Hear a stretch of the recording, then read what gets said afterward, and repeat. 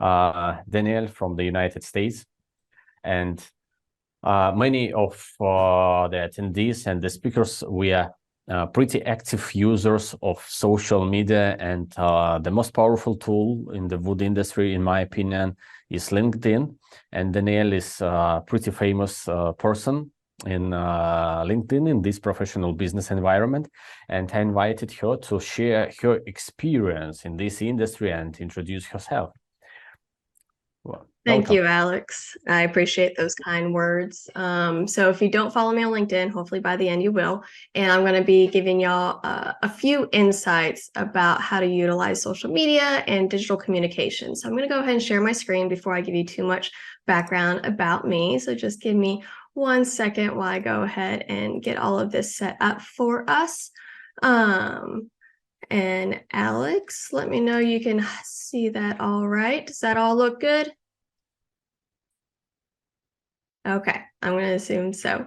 So I'm going to be talking about communicating with social media specifically. So if you don't know who I am CEO and forester of Land and Ladies. I'm a social media creator, and my background is as a field forester. And I think this is really, really important for us to recognize and realize, because a lot of times when we think about social media and posting online, we always expect that we're just going to hire out and go to that social media expert. Rather, I do come from the boots on the ground field forestry. I do not have any formal educational background in social media and marketing. A lot of what I do is simply from learning and recognizing what my audience and what my clients and customers, which are women in the Southeast US, what they have been going through, some struggles, through a lot of my experiences working as that field forester. So I've been practicing forestry in the US Southeast specifically for almost about a decade. I graduated from the University of Georgia's Warnell School of Forestry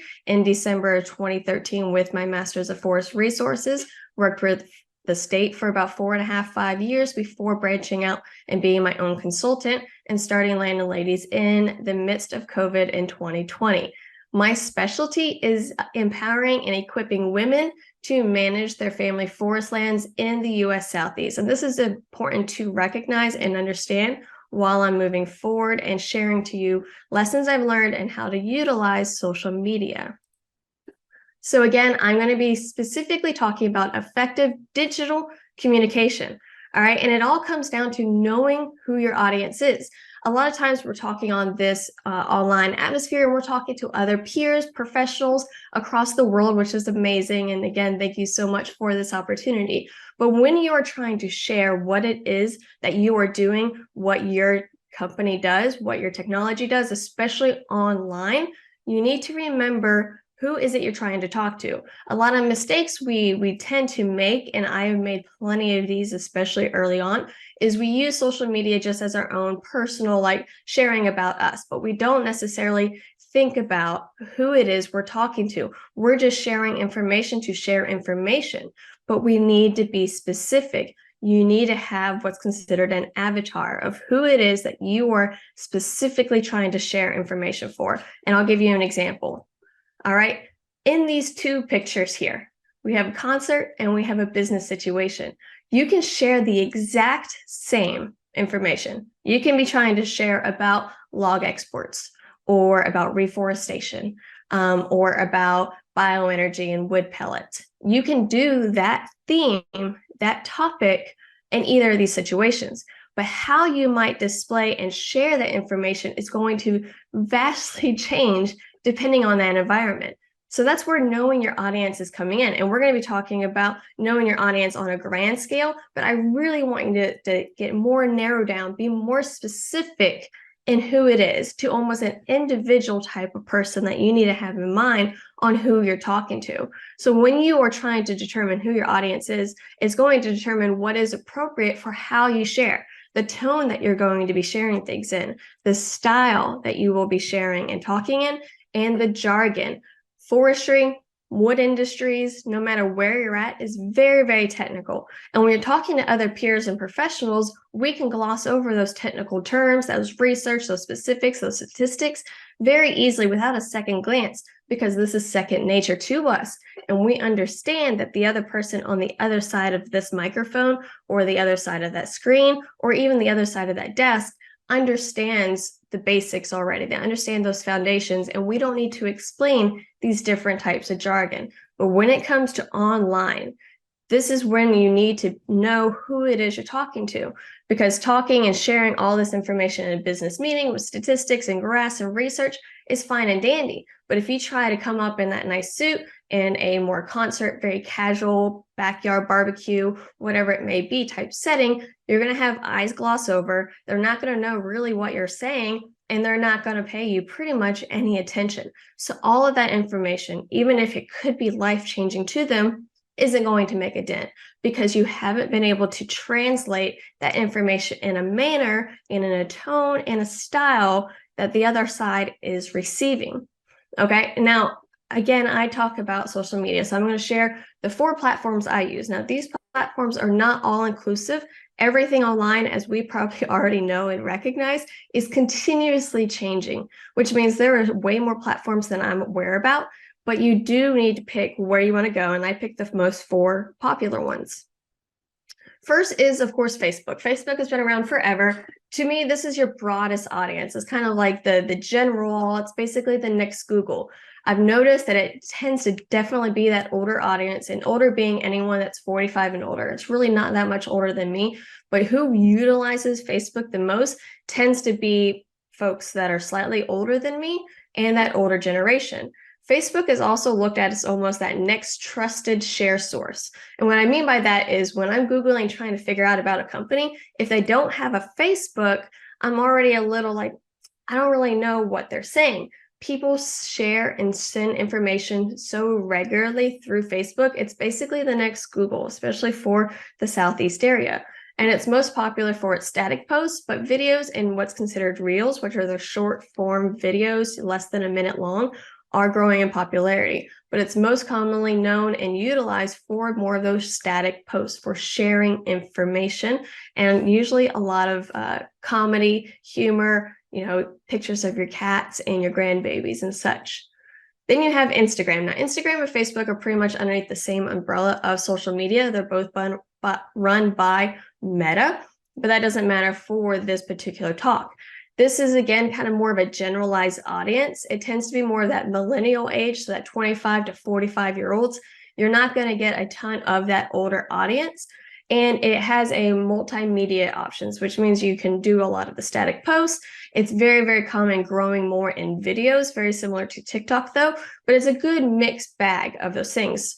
It doesn't quite have that same search trusted feature as what Facebook is. So say something's breaking news or you wanted to share some type of announcement, you could post it on Facebook and you'll see that share fairly regularly through the Facebook interweb. You won't quite see it the same as it is on Instagram, simply because that web is slightly different, but it's still a great place. They interact very, very easily.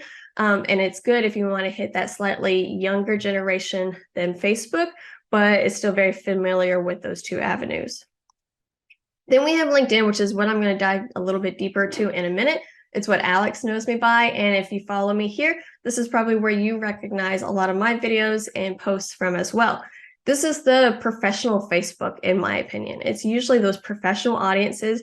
It has, to me, a lot of untapped potential. You can do photos and polls and videos. Now, when it comes to LinkedIn, a lot of times, because it is more of that professional audience, we tend to be, I think, a little bit more tiptoeing on what we're going to post on here. It tends to be very, very research-based and announcements and those types of things, which is great. But the untapped potential is where I feel like we have definitely missed the mark a little bit, where we could utilize and showcase so much more on here. If you look at it as the Facebook, but with a broader shotgun shell audience reach, I can't reach the industry nearly as well on Facebook as I do on LinkedIn, because of the background interwebs that I can't necessarily explain of how that is interconnected. I share the exact same information on Facebook and LinkedIn, and yet I will reach way more people in my industry and in my niche of foresters and those connections much more effectively on LinkedIn, But when it comes to my client audience, they're more likely to be on Facebook. But that doesn't mean that I don't utilize both of them, because I also recognize my industry peers have connections to my target client and customer list that I don't necessarily have and not able to reach, which is why I do choose to utilize LinkedIn so heavily. And the last one is TikTok. And I'm not going to dive really deep into this.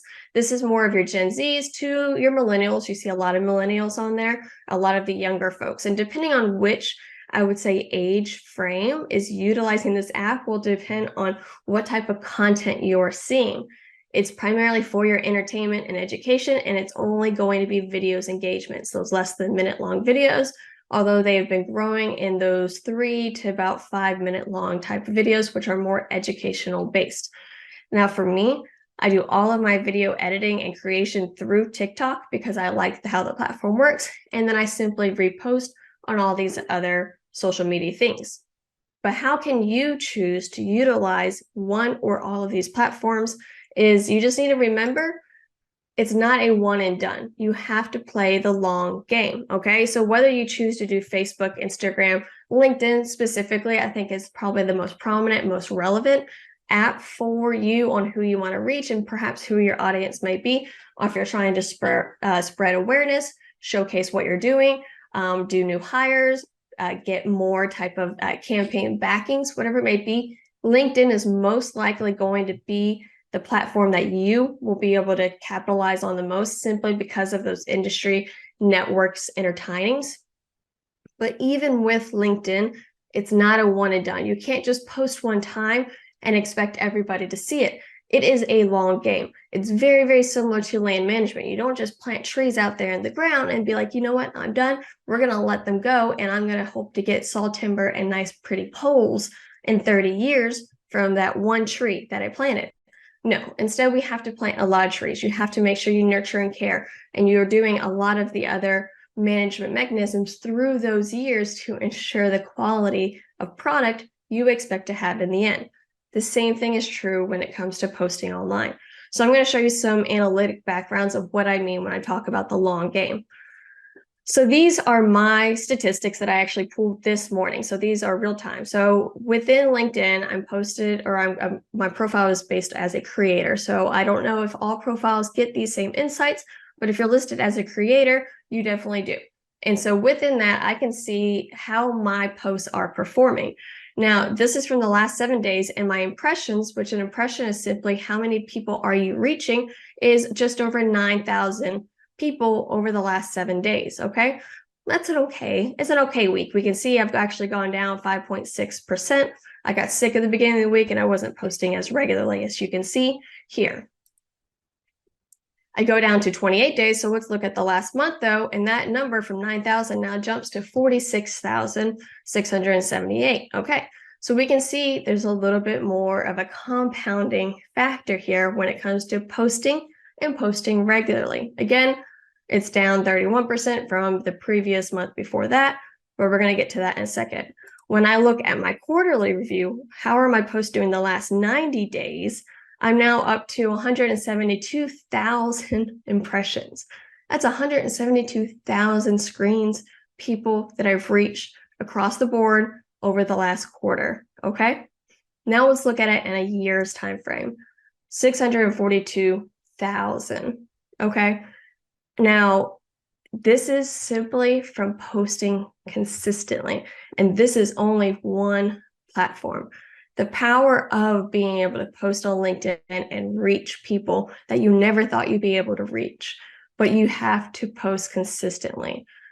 So within the last year, I can also see what my top 3 posts were. And my number 1, it has 14,000 impressions. It was posted 5 months ago. The next most popular one was posted 8 months ago, and the one almost a year ago, 11 months ago. So they go down a little bit. What we can see here, and what I wanted to try to show and emphasize, is that a post once on the internet, we know is like always on the internet. And we usually say that statement as a bad and negative type of concept, which is something that should have warning. Once you post something, it is there, and it's very difficult to take back. But if we change our mindset to our posts can now grow for us and work for us over and over and over again, we can now see the type of runway that we are building for ourselves, for our brand, for our reputation, for our character, as well as for our opportunities. So posting regularly, even some simple things, again, making sure you're speaking to a very specific audience. Otherwise, your posts are not going to be nearly as impactful as you wish them to do. They're not going to share the information you want because you are sharing too broadly, or you're trying to hit too many people. You need to speak to one person. But posting and choosing to post semi-regularly is going to play out for you way more than it will be if you've never even utilized it, or if you only do a one and done type of atmosphere. So this is a very, very quick and dirty version of effective digital communication, of utilizing social media. I wanted to give you just a taste of the opportunities that if you're not leveraging, you could be, and you don't even know where this power of the internet, the power of social media might propel you to. So what do you need to do? You just need to start creating. You don't need to overthink it. Determine your tone, determine your style. Don't try to mimic what somebody else is doing. I take a very humorous approach to most of my videos, and that is my style. Post consistently. It doesn't matter what that consistency is. For me, it is every day but Sundays. For you, maybe it's Monday, Wednesday, Fridays. Either way, choose a consistent strategy and choose to post semi-regularly. Posting on a Monday and then not again for 2 weeks and then not again for another month isn't going to provide you and yield those same results as if you choose to post every single week, even if it's just once a week. And remember, it's a long-term strategy for exposure. All right, that's all I got for y'all. Hopefully you got some good insights. If you want to reach me, you can email me at landonladies@gmail.com or find me on any of these social media platforms at landonladies. Thank you very much, Danielle, for brilliant insights and very useful.